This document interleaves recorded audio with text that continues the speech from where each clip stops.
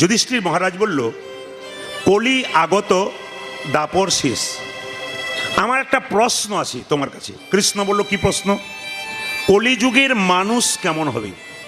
এইদিকে, কলিযুগের মানুষ কেমন হবে শুনে নেবেন।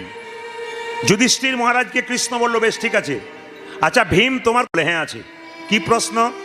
ভীম বলল, আমার একটাই প্রশ্ন, যে কলিযুগের সাধুরা কেমন হবে?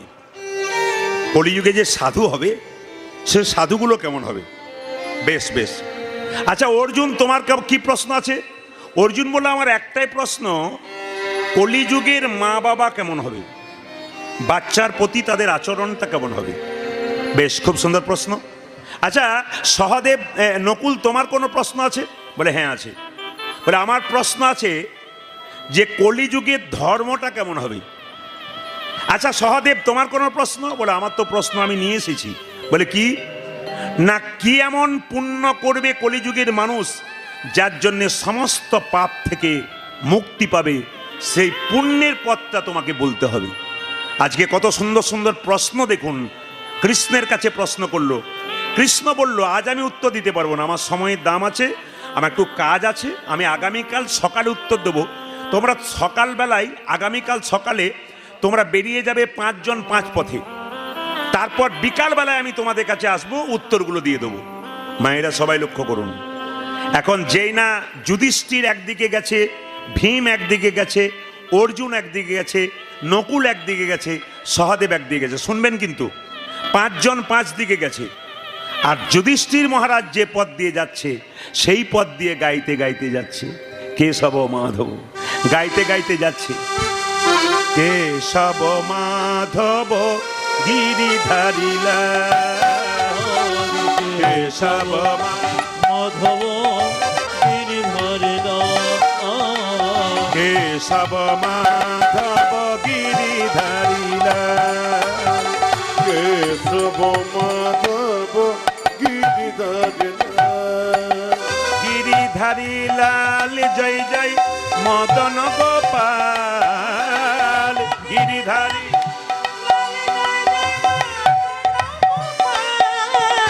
গিরিধারিলাল জয় জয় মদন গোপাল, গিরিধারী লাল জয় জয় মদন গোপাল, কেশব মাধব গিরিধারিলাল, কেশব মাধব গিরিধারিলা, কেশব মাধব যুধিষ্ঠির মহারাজ যে পথ দিয়ে গেল, সেখানে গিয়েই চমকে গেল, এমন একটা জিনিস দেখলো। সবই কৃষ্ণের লীলা। কি দেখলো? একটা হাতি দেখলো, সেই হাতির আবার 4টে পা আছে, লেজ আছে, চোখ আছে, সব আছে, কিন্তু 2টো সুর আছে। আপনারা হাতি দেখেছেন, 2টো সুর দেখেছেন? কিন্তু যুধিষ্ঠির মহারাজ যে পথ দিয়ে গেল, দেখতে পেল হাতি রয়েছে কিন্তু 2টো সুর রয়েছে। তা মনের মধ্যে প্রশ্ন জাগলো, আমাকে কৃষ্ণ এই পথ দিয়ে আসতে বলেছে, তা আমি হাতির সুর দেখলাম কেন? আচ্ছা জিজ্ঞেস করবো কৃষ্ণকে গিয়ে। এইবার যখন ভীম যাচ্ছে, মায়েরা আমি একটু পরে জিজ্ঞেস করবো কিন্তু কে কি দেখলো। ভীম যখন যাচ্ছে তখন দেখতে পেল একটা নদীতে একটা পচা জন্তু মরে পচে গেছে, আর তার উপরে কয়েকটা পাখি সেই পচা জন্তুর মাংসগুলো খুঁটে খুঁটে খাচ্ছে, কিন্তু পাখিগুলোর গায়ে হরিনাম লেখা আছে। তা যে পাখির গায়ে হরিনাম লেখা, সে নোংরা খাবার খাচ্ছে কেন? প্রশ্ন জেগে গেল ভীমের, কৃষ্ণকে প্রশ্ন করব, এ আমি কি দেখলাম। সঙ্গে সঙ্গে অর্জুন যখন যাচ্ছে, উনি আলাদা জিনিস দেখলেন। একটা গাভী একটা বাচ্চাকে প্রসব করলো, বাচ্চাটার গাটা চাটতে চাটতে গাভী কি করলো, বাচ্চাটাকে চাটতে চাটতে গোটা শরীরে রক্ত বেরিয়ে গেল, বাচ্চাটা গাভীর কাছে মরে গেল। অর্জুনের প্রশ্ন ছিল, কলিযুগের বাবা মা কেমন হবে? বাচ্চাটাকে চাটতে চাটতে চাটতে চাটতে বাচ্চার শরীর থেকে রক্ত বেরিয়ে গেল, বাচ্চা মরে গেল। বললো আমি জিজ্ঞেস করবো কৃষ্ণকে।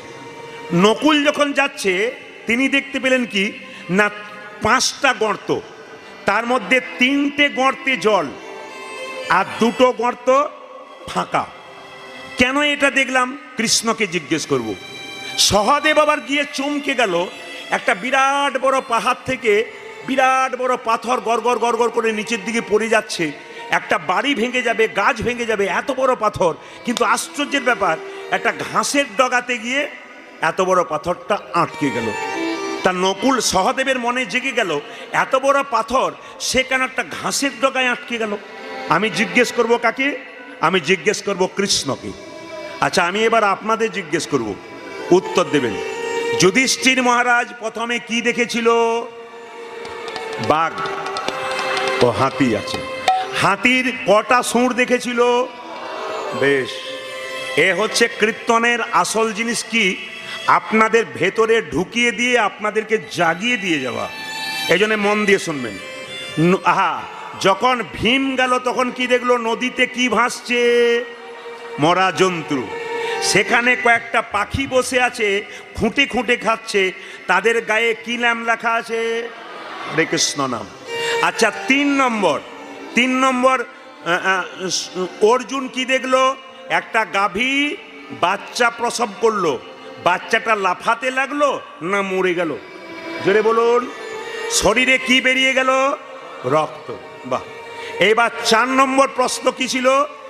নকুল দেখতে পেল 5টা গর্ত। কটা গর্ত ফাঁকা? এ তো মনে হচ্ছে আমার না কীর্তন করলেও ভালো হতো, এত সুন্দর আপনারা বলছেন। না না, এটা দরকার আছে, কারণ আপনারা হয়তো জানেন না, অনেকেই জানেন। আমি ইংলিশে MA করেছিলাম, BEd করেছিলাম। আমার সিদ্ধান্ত ছিল ছাত্র পড়ানো। তা অনেকে আমাকে বলে, প্রদীপবাবু আসরে ছাত্র পড়াচ্ছেন মানে কি? ভেতরে ভেতরে ঢুকিয়ে দিয়ে যাচ্ছেন। যতক্ষণ শুনবেন শোনাটা যেন আপনার পাকা হয়। আপনি নিয়ে যাবেন ঘর, কীর্তন শুনবেন 3 ঘন্টা, বাড়িতে গিয়ে প্রশ্ন করবেন না কি পেলাম, কি শিখলাম। এ কিন্তু আপনাকে, মেলা দেখতে গেলেন কিছুই দেখতে পেলেন না, তাহলে আপনার মেলাতে মজা লাগবে? কিংবা জিনিস দেখবেন তবে তো মজা হবে। তো সবাই লক্ষ্য করুন, সহদেব কি দেখলো? বিরাট বড় পাহাড় থেকে একটা এইটুকু পাথর গড়গড় করে পড়ছে। ও বড় পাথর। আচ্ছা আচ্ছা, কিসে লেগে গেল? একটা বড় গাছে ধাক্কা লেগে গেল। মা বা কিসে? একটা ঘাসের ডগায়। এইবার লক্ষ্য করুন, কৃষ্ণ বসে আছে, 5 জন গিয়ে মাথা নত করে বসে আছে। এবার উত্তরগুলো শুনে নিন, মজা পাবেন। কৃষ্ণ জিজ্ঞেস করছে, যুধিষ্ঠির তুমি কিছু বলছো? আজকে সকালবেলায় গিয়ে চমকে গেলাম। বলে কি চমকে গেলে? হাতি দেখলাম। বলে তাতে হয়েছে কি? এমন হাতি দেখলাম বাপের জন্মে দেখি নাই। বলে কেন? হাতির সব ঠিক আছে, 2টো সুর আছে। সঙ্গে সঙ্গে কৃষ্ণ বলল, যুধিষ্ঠির ওই হাতিটাই হচ্ছে কলি, ও 2টো সুর। তার মানে তোমাকে শিখিয়ে দিয়েছে কলিযুগের মানুষ কেমন হবে। তখন বললো কলিযুগের মানুষ কেমন হবে? হাতির যেমন 2টো সুর, কলিযুগের মানুষের 2টো মুখ। দেখতে পান সব একটা মুখ, 2টো কি করে দেখতে পান? বাইরে একটা, ভেতরে একটা। যেমন রামবাবুর সঙ্গে শ্যামবাবুর রাস্তায় দেখা হচ্ছে। রামবাবু কেমন আছেন? ভালো আছি। শ্যামবাবু আপনি কেমন আছেন? বলে ভালো আছি। শ্যামবাবু জিজ্ঞেস করছে রামবাবুকে কেমন আছেন, আর ভেতরে ভেতরে মনে মনে ভাবছেন তুমি যতক্ষণ নাম হচ্ছ ততক্ষণ তোমার পাশের জায়গাটা আমার হচ্ছে না। তার মানে কি? ভেতরে একরকম আর বাইরে আরেক রকম, 2টো করে মুখ। বুঝতে পেরেছেন? কলিযুগের মানুষ বাইরে একরকম বলবে, আর ভেতরে যেমন কিছু মনে করবে না। স্ত্রীকে কাছে পেলে বলবে সবিতা তুমি আমার কবিতা, আর পেছন থেকে বলবে তুমি না মরলে আরেকজন লাইন দিয়ে আসবে বলে। তার মানে কি? ভেতরে একরকম আর বাইরে আরেক রকম। এটা কিন্তু একবার শাস্ত্র সিদ্ধান্ত, কলিযুগের মানুষ এরকম হবে। আচ্ছা, জেনে নিলেন। 2 নম্বর হচ্ছে যে দেখতে পেল ভীম নদীতে কি একটা মরা জন্তু খুঁটে খুঁটে খাচ্ছে। কে? জোরে বলুন। একটা পাখি, কয়েকটা পাখি, কৃষ্ণ নাম লেখা। কৃষ্ণ বলল কলিযুগের সাধু কেমন হবে? বলছে কলিযুগের সাধু গেরুয়া বস্ত্র থাকবে, তিলক থাকবে, শিখি থাকবে, নামাবলী থাকবে, তোমার দরজায় নিতাই গৌর হরিবোল বলে দাঁড়াবে, কিন্তু খোঁজ খবর নিয়ে দেখবে ও চুরি করেছে না ডাকাতি করেছে, 10-12টা মার্ডার করেছে, তারপর সাধু সেজে দাঁড়িয়ে আছে। কৃষ্ণ বলল সব সাধু নয়, বেশিরভাগ সাধু। তাহলে কৃষ্ণকে প্রশ্ন করলো ভীম, আচ্ছা সাধু বাবা বাড়িতে এলে প্রণাম করব না? আপনারাও তো বলবেন। তাহলে কৃষ্ণ যেহেতু বলেছে আগামী দিনে সাধু বাড়িতে এলে প্রণাম করব না, জেনে নিন। যদি কোনো সাধু আপনার দরজায় আসে আপনি 3 বার প্রণাম করবেন। প্রশ্ন করবেন 3 বার কেন? সাধু বাবা যে গেরুয়া বস্ত্র পরেছে ওটা ত্যাগের প্রতীক, ওই ত্যাগের প্রতীক গেরুয়া বস্ত্রকে একবার প্রণাম দাও। দ্বিতীয় প্রণাম কাকে করবে? তোমার দরজায় হরি বলে ধ্বনি হয় নাই, সাধুটি চুরি করে হোক ডাকাতি করে হোক, ওই যে হরিনামের ধ্বনি দিয়েছে সাধু বাবাকে নয়, হরি বল ধ্বনিকে একটা প্রণাম দাও। বাহ। 3 নম্বর প্রণাম কেন দেবো? বলছে চুরি করে হোক ডাকাতি করে হোক, ওই যে এতদিন ধরে নিজের ঘর বাড়ি ত্যাগ করেছে, এই ত্যাগের জন্যে তাকে একটা প্রণাম দাও। বাহ, সুন্দর উত্তর হয়ে গেল। এইবার মায়েরা লক্ষ্য করুন, ও অর্জুন কি দেখলো? অর্জুন দেখতে পেল একটা গাভী তার বাছুর হলো, আর সঙ্গে সঙ্গে বাছুরটাকে চাটতে চাটতে চাটতে চাটতে শেষ করে দিল। কলিযুগের মা বাবা কেমন হবে জেনে নিন, কৃষ্ণ বলে দিয়ে গেছে। হচ্ছে কিনা দেখুন, কলিযুগের মা তার ছেলেকে জন্ম দিচ্ছে, বড় হতে হতে কাঁধে একটা বিরাট বড় ব্যাগ চাপিয়ে দিচ্ছে, আর কি বলছে? এমন পড়াশোনা করতে হবে, কলমের ডগাতে লাখ লাখ টাকা তোমাকে রোজগার করতে হবে। পাশের বাড়ির ছেলে পড়াশোনাতে ফার্স্ট হলো, তুমি হবে না কেন? তার মানে কি? ছেলেকে শোষণ করতে লাগলো, এই করো ওই করো, টাকা রোজগার করার মেশিন তৈরি করলো, কিন্তু বিবেক তৈরি করলো না। ছেলে টাকা রোজগার করার মেশিন তৈরি হয়ে গেল, আমেরিকার ডাক্তার হলো, বাড়িতে বাবা মা বসে রইল, কিন্তু চিকিৎসা হলো না। তার মানে কি? জ্যান্ত মরা। ছেলেকে আপনি মানুষ করলেন, কিন্তু আপনার প্রতি কোনো নজর নাই, জ্যান্ত মরা। বিবেকানন্দের কথা, জ্যান্ত মরা। বেঁচে থাকতো, অনেকে বলে না ছেলে নিয়ে কি হবে দাদা, ছেলে যদি বাইরেই রইল মা বাবার আর কি হলো? তো ছেলে তো বাইরেই থাকে না, কি বলছেন? তার মানে কি? ছেলেকে মানুষ করলেন কিন্তু জ্যান্ত মরা করলেন, যার বিবেক রইল না। টাকা রোজগার করা মেশিন তৈরি হবে কলিযুগে। দেখুন এখন প্রত্যেকটি বাচ্চাকে তৈরি করছেন আপনারা, স্কুলে পড়াচ্ছেন, টাকা রোজগার করা, কিন্তু ছেলেদের বিবেক বিবেচনা হচ্ছে না। বাহ, 3 নম্বর প্রশ্ন হয়ে গেল। 4 নম্বর, নকুল বলছে আমি দেখতে পেলাম কটা গর্ত? জোরে বলুন। 5টা গর্ত। কটা গর্তে জল আছে? 3টে, আর 2টো গর্তে জল নাই। কৃষ্ণ বলল কলিযুগে যে ধর্ম হবে আড়ম্বরতা বেশি থাকবে, আসলটা কিন্তু কম থাকবে। প্রমাণ দেখুন, আপনাদের এই এলাকায় হয় কিনা জানি না, দুর্গা পুজোর সময় সব দুর্গা ঠাকুর দেখতে যান বাইরে বেড়াতে? জোরে বলুন। ঠাকুর দেখতে যান না প্যান্ডেল দেখতে যান? জোরে বলুন। বলুন কি দেখতে যান? এখন তো প্যান্ডেল দেখতে যান। তার মানে কি? ঠাকুর না দেখিয়ে প্যান্ডেল দেখা হয়, মানে আসল ঠাকুরটার প্রতি ভক্তি নাই, এখন প্যান্ডেল আর লাইটের প্রতি ভক্তি। এখানে কৃষ্ণ বলল কলিযুগে আড়ম্বরতা বেশি হবে, আসলটা কিন্তু কমে যাবে। ভক্তি কম, আড়ম্বরতা বেশি। মায়েরা বিবাহের সময় দেখবেন, এদিকে তাকান, বিয়ের সময় দেখবেন স্বামী স্ত্রীতে যখন ফুলের মালা বদল হয় না, আকন্দা ফুলের মালা বদল হয়, তখন একটা কাপড় ঢাকা দেওয়া হয়, তখন দেখবেন মেয়েটি যখন স্বামীর গলায় মালা দিচ্ছে, মানে একটা সন্ধিক্ষণ, সেই সময় একজন ক্যামেরাম্যান পেছন থেকে বলছে এই দিকে তাকাবে। তার মানে কি? বিবাহ হচ্ছে কিন্তু আড়ম্বরতা হচ্ছে, আসল জিনিসটা হচ্ছে না। ওই সময় শুভদৃষ্টি, স্বামী স্ত্রীর দিকে তাকাবে, স্ত্রী স্বামীর দিকে তাকাবে, কিন্তু পাশ থেকে আড়ম্বরতা, ক্যামেরাম্যান বলছে আমার দিকে তাকাও। শুভদৃষ্টি কার দিকে হয়ে গেল? জোরে বলুন। হ্যাঁ, এই জন্য আপনাদের কাছে নিবেদন রইল, বাস্তবের সঙ্গে প্রমাণ দিয়ে বলে দিলাম। এইবার শেষ প্রমাণটা দেখুন। সহদেব বলে উঠলো আমি কি দেখলাম? আমি দেখলাম বিরাট বড় পাহাড় থেকে বিরাট বড় পাথর গড় গড় করে পড়ে একটা ঘাসের ডগায় আটকে গেল। প্রশ্ন কি ছিল? কলিযুগের মানুষ এত পাপ করবে, তা পাপ থেকে মুক্তি পাবে কি করে? ভগবান কৃষ্ণ বললেন পাহাড়ের মতো পাপ যদি কেউ করে, কিন্তু কৃষ্ণ নাম নামক ঘাসকে যদি কেউ একবার ধরতে পারে, তবে তার পাপের মতো পাহাড় নিতাই গৌর। তার মানে আপনি যদি কৃষ্ণ নামকে ধরতে পারেন, যতই পাপ থাকুন না কেন, আপনার সমস্ত পাপ কিন্তু দূরীভূত হয়ে যাবে। সবাই শুনে নিন, জীবনে যদি সফলতা অর্জন করতে চান, তবে প্রথম উপায় কি? ধৈর্য। সত্যযুগের মানুষ ভগবানকে পাবার জন্য ধ্যান করেছিল, আমাদের সে ক্ষমতা নাই। ত্রেতা যুগের মানুষ ভগবানকে পাবার জন্যে যজ্ঞ করেছিল, আমাদের সে ক্ষমতা নাই। দাপরের মানুষ ভগবানকে পাবার জন্য সেবা করেছিল, আমাদের সে ক্ষমতা নাই। মহাপ্রভু সরল পথ দেখালেন, কি?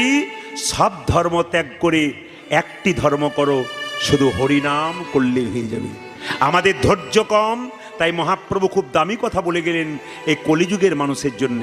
একটু জেনে নেবেন মায়েরা, ধৈর্য ধরে কেউ যদি অল্পতে ভেঙে না যায় তবে তার লাভ আছে। বলে কিরকম লাভ আছে? প্রত্যেকটা মানুষের জীবনে ধৈর্য থাকা দরকার। কিচ্ছু না কি না। বলছেন? প্রত্যেকটা মানুষের জীবনে ধৈর্য থাকা দরকার। প্রমাণ দিয়ে দেবো আমি। একটা ট্রাক দেখেছেন তো মায়েরা? ট্রাক দেখেছেন? দুটো চাকা হয়।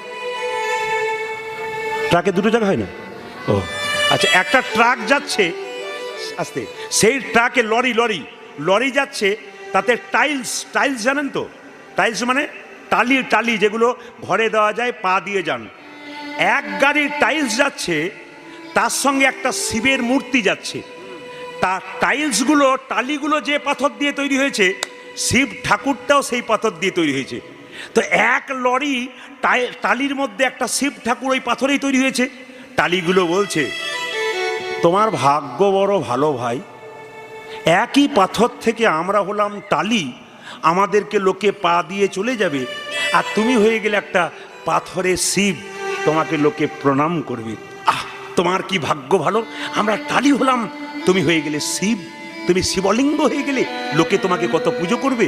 তখন শিবলিঙ্গটা বলছে, ভাই যেদিন ভূমিকম্প হলো সেদিন তোমরা সহজেই ভেঙে গেলে, আর আমি কিন্তু ভাঙি নাই, কষ্ট করে মাথা উঁচু করে দাঁড়িয়েছিলাম বলে আমি হলাম শিব, আর তোমরা পদদলিত হয়ে মানুষের পায়ের তলে থাকলে। এর থেকে কি শিক্ষা পেলেন? যদি অল্পতে কেউ সংসারে বিপদে ভেঙে পড়ে, সবে সে টালি হয়ে যাবে, লোকে তার ওপর পা দিয়ে চলবে। কিন্তু যদি শিবমূর্তির মতো ধৈর্য ধরে থাকতে পারেন, শিবমূর্তি যেমন সকলের পূজ্য হবে, জগতে তোমারও সম্মান দিনের পর দিন। নিতাই গৌর হরি। প্রত্যেকটি জিনিসের মধ্যে একটা করে শিক্ষা আছে। জীবনে ধৈর্য যার আছে তার লাভ আছে, আর ধৈর্য যার নাই তার জীবনে কোনো লাভ নাই। এদিকে তাকান, যদি আমরা মহাভারতের দিকে যাই তাহলে দেখতে পাবো কি, তাকান, পঞ্চপাণ্ডবের দাদা যুধিষ্ঠির খুব স্থির ব্যক্তি ছিলেন, উনি ভগবান পেয়ে গেলেন। আর শতভাইয়ের দাদা দুর্যোধন চঞ্চল ছিলেন, উনি ভগবান হারালেন। ও মায়েরা, যে মেয়েরা সংসারে খুব চঞ্চল, ওরা তরকারিতে দুবার নুন দেয় আর ঘরের লোকের কাছে গাল খায় না? এই জন্য দেখবেন যে মেয়ে খুব চঞ্চল, ও সংসারে উন্নতি নাই। আপনারা হরিবাসরে দেখবেন কোনো পুরুষ আছে, দেখবেন 5 মিনিট বসবে, এখানে ওখানে দৌড়ে বেড়াবে, ওর ইতিহাস ঘেঁটে দেখবেন সংসারে ওর জীবনে কোনোদিন উন্নতি নাই। কেন? ওর ধৈর্য নাই। এই সংসারে যার ধৈর্য আছে তার গোবিন্দের কৃপা আছে। তবে মনে হচ্ছে যেন, আমি ঠিক ভুল বলছি কিনা জানি না, গত বছর আসরটা কি ওই দিকে ছিল? হ্যাঁ, এ আমার মনে আছে, বৃষ্টিতে আমাদেরকে পাগল করে দিয়েছিল। তবে বৃষ্টি বড় দুষ্টু, এবছর দেখেছে ছাউনি আছে, ভয় আর আসে নাই, আর ফাঁকা থাকলেই বেটা কিন্তু আসতো। তো যাই হোক, এদিকে আপনারা সবাই জানেন, মোকা তো চেষ্টা করেছিল ধাক্কা দেবার, ও বাংলাদেশের দিকে পালিয়েছে। বলা যায় না কখন আবার ফিরে আসবে, তবে আজ আর আসার চান্স নাই, আপনাদের চিন্তা নেই। আজকের এই মহতী হরিবাসরে এটাও দেখলাম, জায়গার প্যাসেজটা কিন্তু বেড়েছে, এবং যে অনুযায়ী বেড়েছে তাতে আপনাদের জায়গা তো পরিপূর্ণ ফুল হয়ে গেছে। ভক্তগণ খুব সুন্দর বসতে পেরেছেন, আর সবই তো ভগবানের লীলা। মানে যতটুকু দেওয়ার ততটুকু দিয়েছে, এর চাইতে বেশি হলে নিতাই গৌর হরি বল হতো। একবার জোরে বলুন, রাধা রানী কি। না, যে পরিমাণ ভক্ত হয়েছে একটু জোরে আশা করছিলাম, রাধা রানী কি। বাহ, বেড়েছে, আরো বাড়বে মনে হচ্ছে। রাধা রানী কি। তাও তো অনেক এখনো বাদ আছে, ওরা বলছে যদি কেউ হেরে যায় তারপর দেবো। জোরে বলুন, রাধা রানী কি। শ্যাম সুন্দর কি। মদন মোহন কি। গরম লাগছে কি। মানে পরীক্ষা হয়ে গেল যে আপনারা কত ডুবে গেছেন।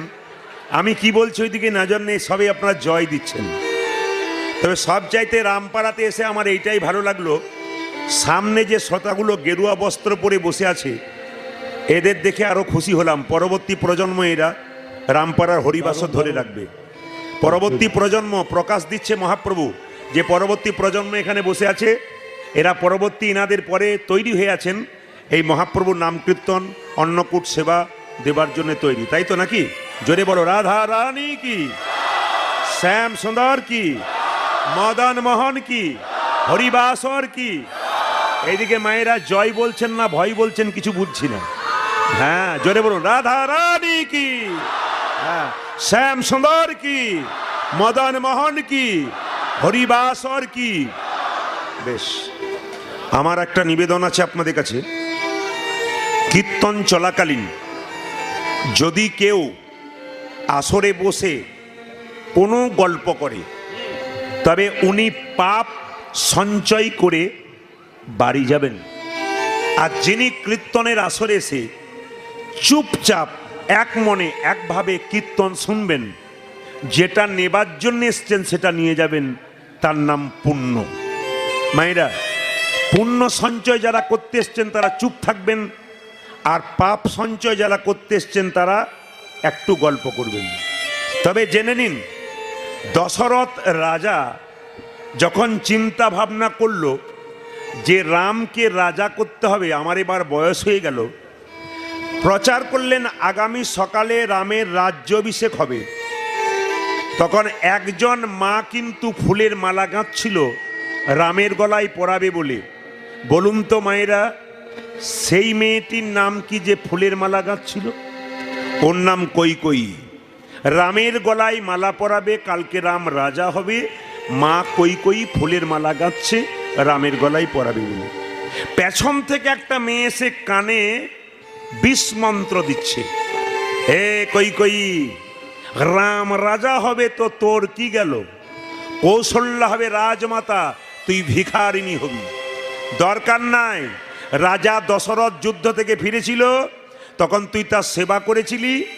দুটো বর পাওনা ছিল, এক বরে রামচন্দ্রের 14 বছরের বনবাস, এক বরে পুত্র ভরতের সিংহাসন লাভ। চেয়ে নিবি সকালবেলায়। বলুন তো মায়েরা, যে মেয়েটি কৈকেয়ীর কানে বিষ ঢালল, ওই মেয়েটির নাম কি? জোরে বলুন। বাবারে, কুজি মন্থরা। এমনভাবে বলছেন যে আপনাদের পাড়ার লোক বোধ হয়। না না, পাড়াতেই আছে কুজি মন্থরা। আপনার কথা আমাকে, আমার কথা আপনাকে বলে কি করে, ঝগড়া লাগিয়ে দেবার চেষ্টা করে। তো জেনে নিন, আপনি কীর্তন শুনছেন, আপনার কানের কাছে কেউ যদি গল্প করে, তাহলে বুঝবেন কুজি মন্থরার পার্টি এসে বসে আছে। ওদের দিকে তাকাবেন না, তাহলে আপনারও ভগবান চরণ থেকে মন সরে চলে যাবে। তো জেনে নিন মায়েরা, ভগবান বললেন মন্দিরে কটা আপেল দিলে, কটা কলা দিলে, ওইটার দিকে আমি নজর দিই না। তুমি তোমার মনটাকে আমাকে দিলে কি না, আমি ওইটার দিকে নজর দিই।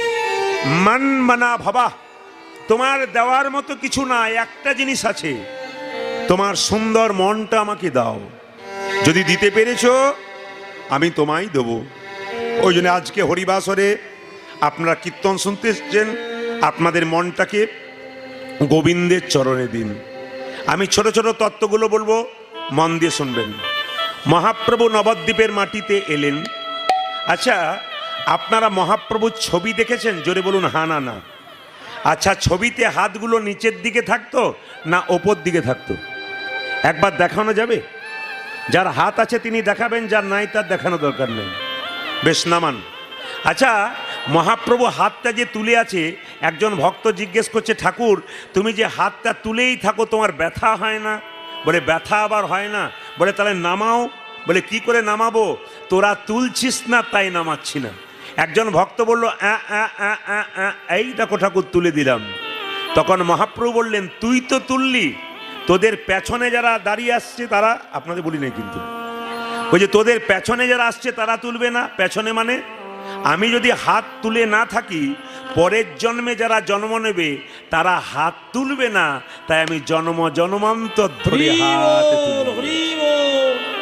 তাহলে মহাপ্রভু শুধুমাত্র যারা ইতিপূর্বে পৃথিবীতে এসেছিল তাদের জন্য হাত তুলেছে তা নয়, যারা আমরা এসেছি তাদের জন্য তুলেছে, যারা আগামীতে আসবে তাদের জন্য মহাপ্রভু হাত তুলে আছে।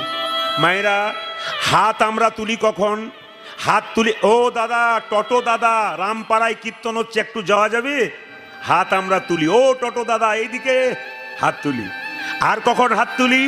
যখন কেউ জলের মধ্যে ডুবে যায়, উঠতে পারে না, তখন হাত তোলে কেন? যদি কেউ বাঁচাতে পারে। আর হাত তুলি কখন? যখন হাতের মধ্যে কোনো বোঝা নেই। বলুন তো, মহাপ্রভু কি টটো অটো ধরেছিল? তখন তো ছিল না। মহাপ্রভু কি জলে ডুবে যাচ্ছিল মায়েরা? তাও তো সম্ভব নয়। তাহলে মহাপ্রভুর হাতে কি কোনো বোঝা ছিল? আপনারা তাও মাথা নোড়াচ্ছেন, ছিল না। কিন্তু পণ্ডিত বলছে মহাপ্রভুর হাতে বোঝা ছিল। আপনারা বলবেন দেখতে পায় না কেন? কি করে দেখবেন? যে চোখ দিয়ে ফেসবুক, হোয়াটসঅ্যাপ, সিরিয়াল দেখছেন, ওই চোখে ভগবানের ভাব বোঝা যায়? হাত যদি কেটে যায় খালি চোখে দেখা যায়, কিন্তু হাত কেটে যদি হাড় ফেটে যায় খালি চোখে দেখা যায় না। কি করতে হয়? ডাক্তারের কাছে গিয়ে এক্সরে করে তারপর জানতে হয় হাড় ফেটেছে। এখানে তত্ত্ব বলছে গুরুরূপী ডাক্তারের কাছে গিয়ে কোনো ভক্ত যদি প্রেমরূপী নয়নের অনুমিলন করতে পারে, মহাপ্রভুর ভাব একমাত্র সেই বুঝতে পারে। তার মানে যার মধ্যে প্রেমের নয়ন অনুমিলন হয়েছে একমাত্র তিনিই মহাপ্রভুর ভাব বুঝতে পারেন। মায়েরা, মহাপ্রভুর হাতে বোঝা ছিল, দেখতে পাচ্ছেন না কেন? আজকে রামপাড়ায় কীর্তন হচ্ছে, মেয়ে বাবাকে ফোন করে বলছে, বাবা এসো কীর্তন হবে। মেয়ে বাবার বাবা মেয়ের বাড়ি এলো, মেয়ে যা খেতে ভালোবাসে তাই আনলো। আর একটা জিনিস মেয়ের জন্য আনলো, যেটা মেয়েও দেখলো না, বাবাও দেখলো না, কিন্তু অনুভব করলো। কি বলুন তো? প্রেম আর ভালোবাসা। মহাপ্রভু তিনি হাতটা তুলে আছেন কেন? আমরা দেখতে পাচ্ছি না কেন? আমাদের জগৎ জীবের জন্যে প্রেম আর ভালোবাসা নিয়ে এলেন। কাকে সঙ্গে নিয়ে? নিতাই চাঁদকে সঙ্গে নিয়ে। ও তোরা প্রেম নিবি আই, প্রেমী নিবি যাব, তোরা প্রেম নিবি আই, বদন ভরে বল রে হরি বল। উলধ্বনি। তোরা প্রেমী নিবি তোরা প্রেমী নিবি বদনে ভরে বলিলে হরি বল। তোরা প্রেম নিবি আই, বদন ভরে বল রে হরি বল। তোরা প্রেম নিবি যায় বদন ভরে বল রে করিব। প্রেম নিবি আই, বদন ভরে বল রে হরি বল। তোরা প্রেম নিবি বদনে ভরে বলিলে হরি বল। এনেছিল ব্রজের বাজব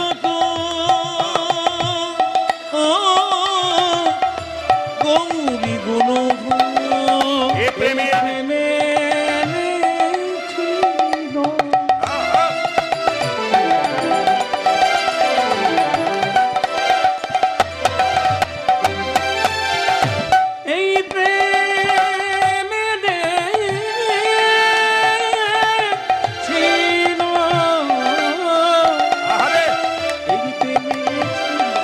এই প্রেম গোলকে গোপনে ছিল।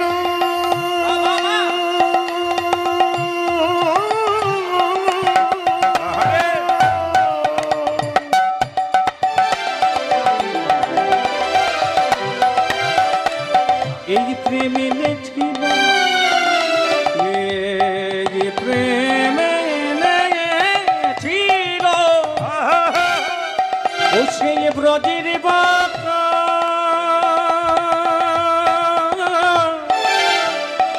এবে গবু গুণধার। প্রেম নিবি আই, বদন ভরে বল রে হরি বল। তোরা প্রেম নিবি আই, বদনে ভরে হরি বল। হরি বল বললে কি লাভ হয়? একবার হরি বলি বলে নাচো বাহু তুলি। হরি বলি বল, নাচো বাহু তুলে। হরি বলি বলে নাচো বাহু তুলে। হরি বল বলে নাচো বাহু তুলি। ওদের দূরে হে যাবে ত্রিতাবে জ্বালা।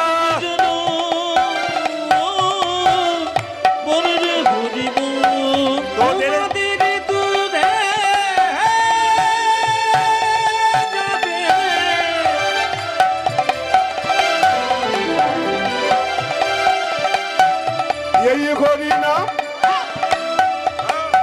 করিনি পারি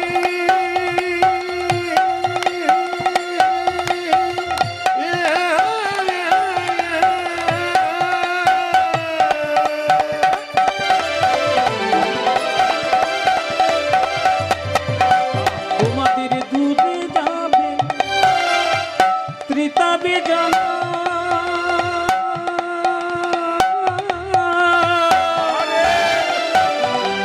বলিলে হরিব প্রেম নিবিয়াই বদন ভরে বল রে হরি বল প্রেম নিবিয়াই বদন ভরে বল রে হরি নিতাই চাঁদ কি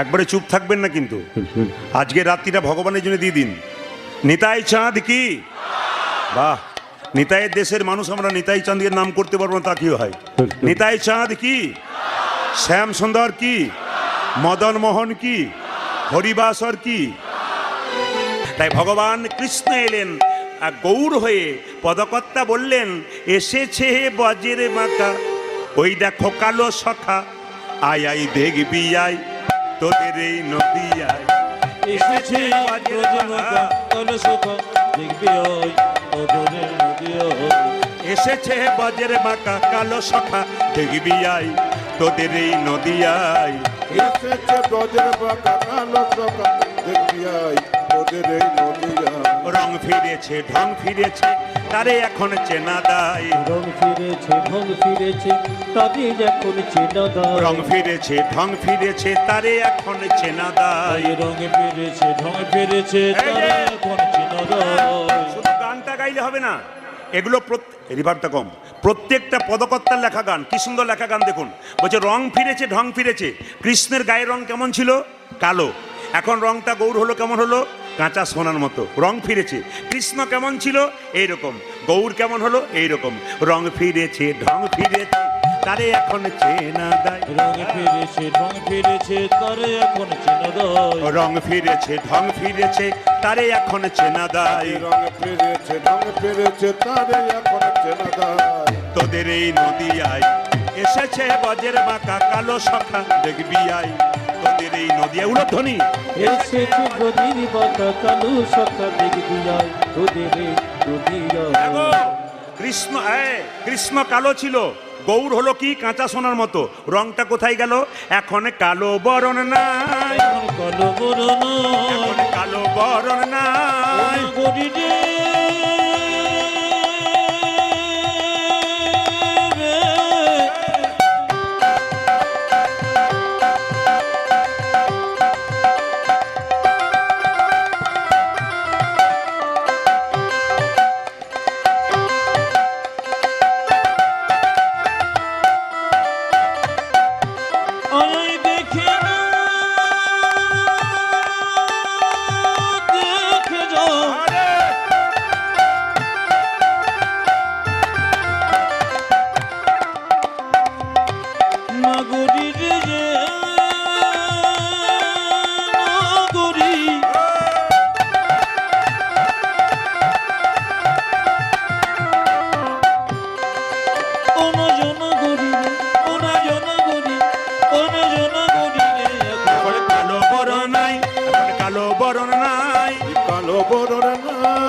কোথায় গেল রায় অঙ্গে অঙ্গ দিয়া গৌর হলো তাই অঙ্গে অঙ্গ দিয়া গৌর হলো তাই রায় অঙ্গে অঙ্গ দিয়া গৌর হলো তাই অঙ্গে অঙ্গ দিয়া গৌর হলো তাই এখন তারে যায় না চেনা এখন তারে যায় না চেনা এখন তারে যায় না চেনা এখন তাদের যায় না চেনা চেনা বড় বিষম দায় আমাদের নদী উলধ্বনি এসেছে বজ্রের বাঁকা কালো সখা দেখবি ওই আমাদের নদী ওই এসেছে বজ্রের বাঁকা কালো সখা দেখবি ওই তোদের হ্যাঁ, হ্যাঁ। কৃষ্ণের হাতে কি ছিল মা কৃষ্ণের হাতে কি ছিল বাঁশি কিন্তু গৌর ছিল তখন বাঁশি ছিল তাহলে বাঁশিটা কোথায় গেল আসলে প্রেম প্রেম কোন প্রেমে এদিকে তাকাবেন কৃষ্ণ যখন রাজা ছিল সবাইকে সব কিছু দিল একটা জিনিস দেয় নাকি প্রেম দেয় নাই ব্রজগোপীরা বলল প্রেম যখন দিলে না গৌর হবে তা তুমি ঋণ শোধ করবে কি করে তোমার বাঁশিটা দিয়ে দাও বাঁশিটা কেড়ে নিয়েছে প্রেমেতে ঋণী হয়েছে প্রেমেতে ঋণী হয়েছে, প্রেমেতে ঋণী হয়েছি। করে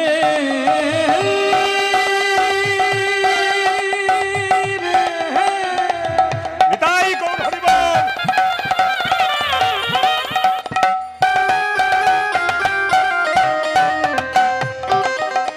ও বেগন গো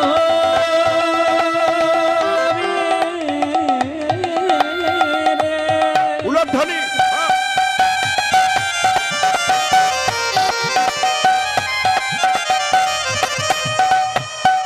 ও নগরে নগরে আরে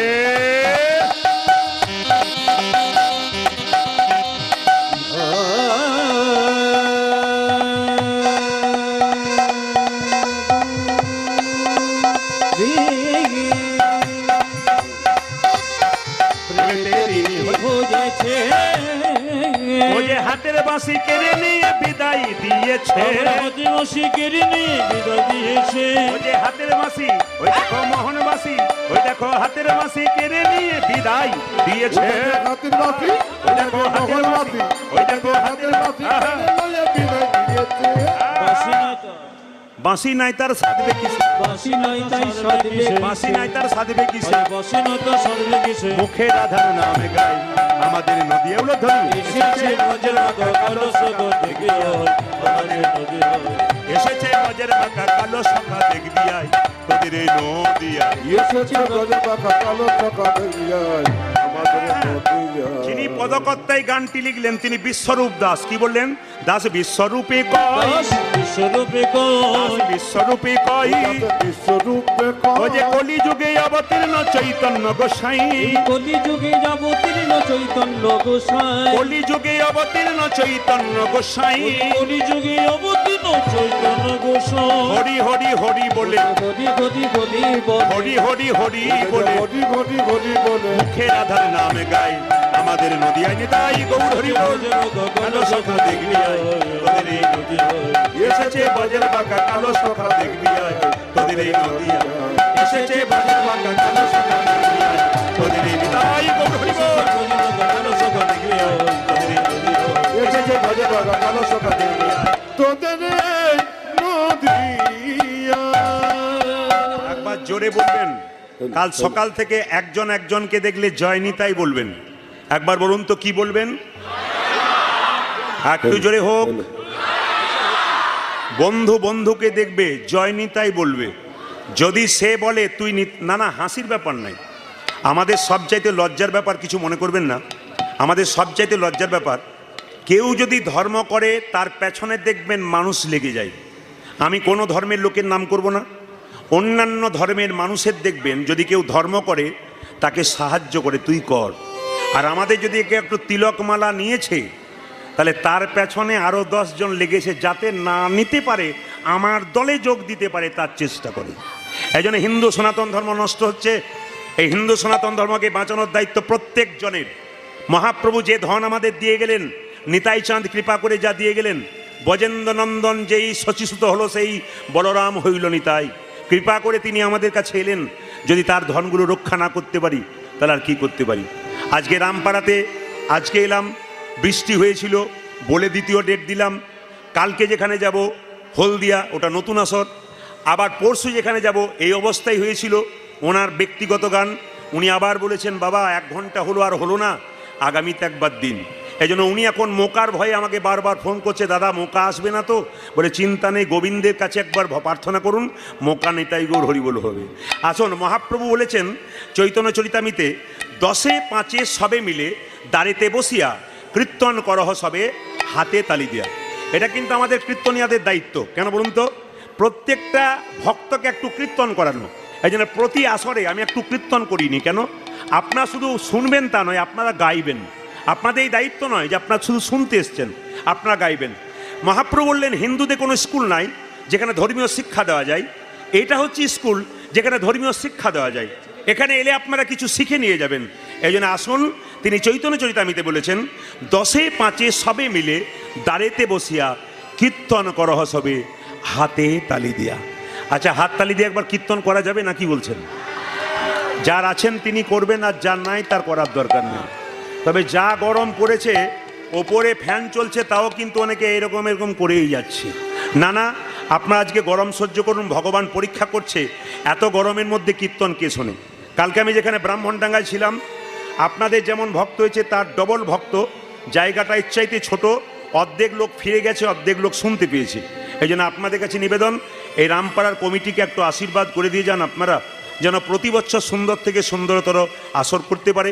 আর আমি খুব ভালো জানি এটা খুব ভাইটাল আসর, মানে অনেক আসর আমি দেখেছি, কিন্তু রামপাড়ার আসরটাতে কি একটা জিনিস আছে, সেটা হচ্ছে এখানে অনেক গুণী ব্যক্তির বাস, এবং এই জায়গাতে গুণী কীর্তনিয়ার কীর্তন হয়, মানে ভালো ভালো পদাবলীযুক্ত কীর্তন হয়, যেখানে হুগলি জেলায় অন্য জায়গাতে শোনে না। এই জায়গাটা সেই জায়গা যেখানে কিন্তু মানুষ ভক্তি ভরে কীর্তন শোনে। প্রতিটি জায়গায় ভক্ত আছে, কিন্তু এখানে পাক্কা পাক্কা ভক্তগুলো আছে। তাই সবাই মিলে হাত তুলে একসঙ্গে বলুন, হরি হরয়ে নম কৃষ্ণ নম কৃষ্ণ যাদবায় নম হরি বল, হরয়ে নম কৃষ্ণ হরে হরে নম কৃষ্ণ যাদবায় নম হরি হরয়ে নম কৃষ্ণ যাদবায় নম হরি বল। হরয়ে নম কৃষ্ণ যাদবায় দাঁড়ান দাঁড়ান দাঁড়ান, আপনারা বসুন। বেশ, ছেলেগুলো উঠে গেছে, খুব ভালো লাগলো, এরা উঠে উঠে করলো। বসো, একটা কথা বলি, আমি কিন্তু ইতিপূর্বে আপনাদের জানিয়ে দিয়ে যাই, পরশু ছিলাম বারুইপাড়া, আসতে পরশু ছিলাম বারুইপাড়া, একটা ফুটবল গ্রাউন্ডে গান হচ্ছিল। যদি এখান থেকে কেউ গেছেন তারা দেখতে পাবেন, ফুটবল গ্রাউন্ডে পুলিশ প্রশাসনের লোককে দাঁড় করাতে পারেনি, এত ভিড়। একটা ফুটবল গ্রাউন্ড মানে এর চাইতে 4 ডবল জায়গা, লোক জায়গা দিতে পারেনি, এত ভিড়। আজকে কিন্তু আপনাদের পরিপূর্ণ হয়ে গেছে। বারুইপুরে দেখলাম, বারুইপাড়াতে দেখলাম ওরা কীর্তন করলো, কালকে ব্রাহ্মণডাঙ্গাতে কীর্তন করলো, আজকে কিন্তু রামপাড়াতে কীর্তন হলো। তো 3 জায়গাতে হুগলিতে পরপর করলাম। আজকে দেখতে যাই কে জেতে, আপনাদের গলার জোর বেশি না ওদের জোর বেশি ছিল। আমি দেখে এসেছি, আজকে আসরেই ফল দিয়ে দেবো, আপনারা ফার্স্ট হলেন না সেকেন্ড হলেন না থার্ড হলেন। দেখি একবার ফার্স্ট হবেন? বাবারে, এদের জোর ভালো আছে, বলছে একবারে ফার্স্ট হবো।